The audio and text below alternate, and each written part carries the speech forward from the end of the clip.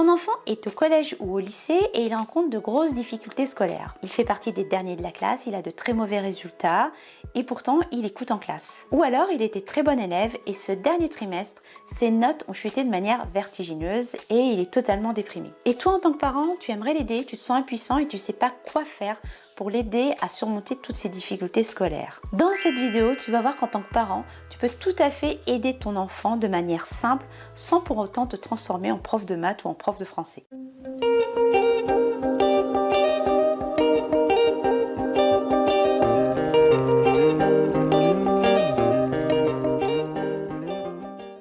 Un enfant, de surcroît un ado qui a de très mauvais résultats scolaires, peut très vite perdre pied. Parce que ça génère de l'anxiété, ça génère une mauvaise image de soi et en tant que parent, on le sait bien, ça pose ensuite de gros problèmes d'orientation. Et nous, en tant que parents, on aimerait pouvoir faire quelque chose et parfois on ne sait pas comment aider notre enfant. Alors je vais te raconter l'histoire de Sarah. Sarah, c'est une collégienne de 13 ans qui est en plein décrochage scolaire. Sarah, elle prend plus de notes en cours, parfois elle manque des cours, dans ses cahiers c'est le bazar. Puis Sarah, elle a notamment une très mauvaise moyenne en physique, elle a 6 de moyenne en physique. Alors sa maman, bien sûr qui est très inquiète, décide d'aller rencontrer tous les profs de Sarah en réunion parents-prof et elle va notamment rencontrer le prof de physique-chimie. Sa maman a envie de faire quelque chose pour sa fille parce qu'elle pense que sa fille a les capacités de rebondir et de progresser. Donc elle explique, elle demande au prof de physique comment ça se passe en classe. Le prof de physique dit Sarah, non, elle écoute pas en classe, elle comprend rien, ça se passe pas bien. Alors la maman explique au prof, j'ai décidé d'aider Sarah en physique et de lui faire des exercices à la maison. Qu'est-ce qu'on peut faire? Qu'est-ce que vous me conseillez de faire?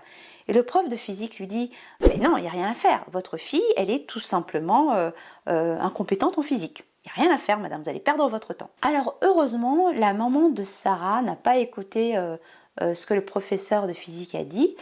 Et la maman de Sarah a donc pris les choses en main en aidant sa fille à faire ses devoirs ponctuellement le soir et surtout en embauchant un jeune étudiant pour aider Sarah à progresser en physique, notamment. Et cette histoire se termine bien parce que Sarah a fini son année avec 12 de moyenne en physique. Et encore mieux, Sarah a réussi à continuer ses études au lycée et à obtenir un bac avec mention assez bien. Et aujourd'hui, Sarah suit un BTS comptabilité. Si on analyse cette histoire, qu'est-ce qui s'est passé avec Sarah? D'abord, on a un prof de physique qui considère que Sarah n'a pas les capacités pour réussir et qu'elle ne les aura jamais. L'attitude du professeur de physique induit ce qu'on appelle un effet golem. Cette prédiction d'échec a enfermé Sarah dans ce scénario-là.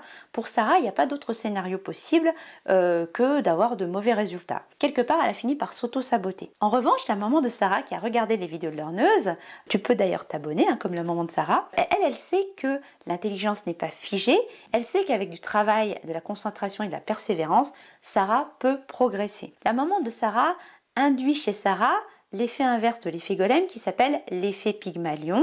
Elle croit en la réussite de Sarah, donc elle insuffle une nouvelle dynamique dans l'esprit de Sarah qui est de dire « Ah, je suis capable de réussir » et quelque part, elle croit en elle, ça lui donne des ailes. Donc toi, qu'est-ce que tu peux faire en tant que parent? Tu peux faire comme la maman de Sarah. Tu peux insuffler cette croyance à ton enfant qu'il est capable de progresser, qu'il est capable d'avoir de meilleures notes, tout simplement en apprenant ses cours, en travaillant de manière régulière et en s'accrochant. Et tu peux lui dire, écoute, on va voir ensemble comment on peut faire pour que tu puisses progresser. Cet esprit que tu insuffles à ton enfant a un nom, ça s'appelle l'esprit de croissance, qui a été défini par la psychologue Carol Dweck, qui a écrit un ouvrage sur ce growth mindset.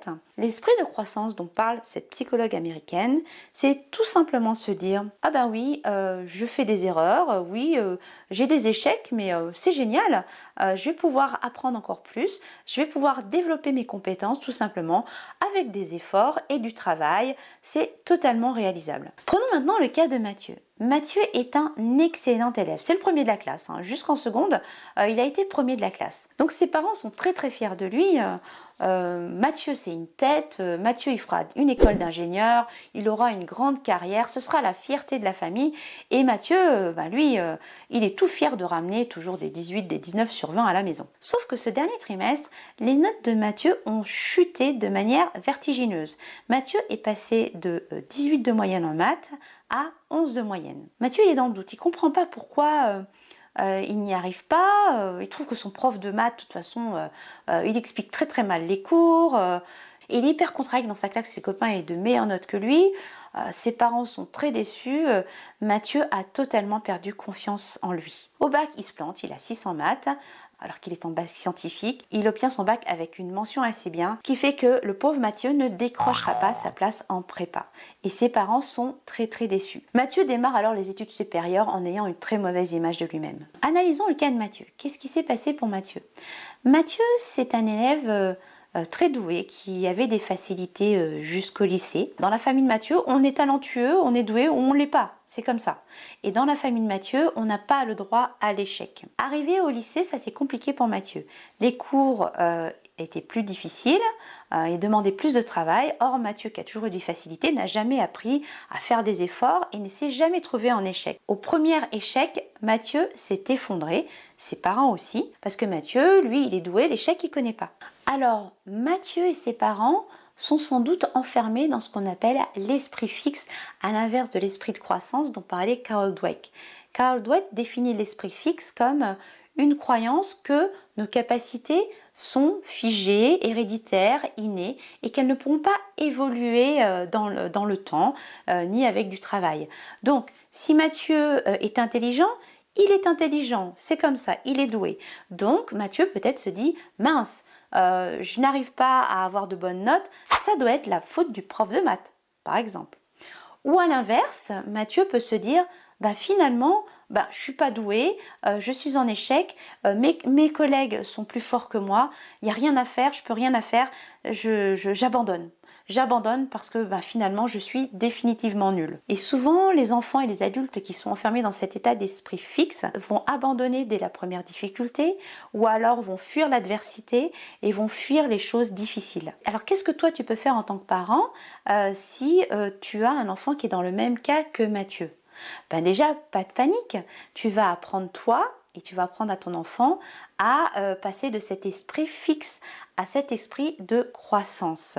Alors oui, tu as totalement raison de dire que ton enfant est doué et qu'il a du talent. Ton enfant a réussi jusque-là à l'école parce qu'il a des intelligences verbo-linguistiques et logico-mathématiques certainement très développées.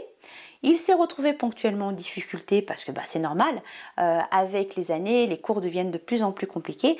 Donc toi, en tant que parent, tu vas dire à ton enfant, tu as les capacités d'évoluer avec du travail, tu vas lui insuffler l'esprit de croissance. Tu vas aussi lui expliquer que l'erreur fait partie de l'apprentissage et que c'est en faisant des erreurs qu'il va progresser et apprendre. C'est en travaillant avec des élèves qui ont plus de facilité que lui, qu'il va se hisser au niveau supérieur. Et tu vas lui expliquer que la difficulté va le faire monter en compétence et que c'est génial. Et en tant que parent, tu vas l'aider à penser solution plutôt que problème. C'est l'heure du récap. Alors pour conclure, si tes enfants ont des difficultés scolaires, pas de panique. La première chose que tu peux faire en tant que parent, c'est de leur expliquer que leur intelligence n'est pas figée, qu'ils ont la capacité de trouver des solutions pour avoir de meilleurs résultats. Toi, en tant que parent, tu vas donner des ailes à tes enfants en leur insufflant et en leur inculquant ce qu'on appelle l'esprit de croissance. Et quand ton enfant revient à la maison avec une mauvaise note ou une bonne note, ne tombe pas dans le piège de l'étiquetage en lui disant « Oh, c'est nul, t'as une mauvaise note, oh, t'es le meilleur, t'as une bonne note ». Discute plutôt avec lui du process, de la méthode qu'il a utilisée pour avoir cette note-là, comment il a révisé, quels efforts il a fournis, quels ont été les points forts et quels sont les points de progression. Si les conseils que je t'ai apportés dans cette vidéo t'ont aidé, mets un pouce bleu et abonne-toi. Et surtout, n'oublie pas de télécharger ton pack réussite ici en bas de la vidéo.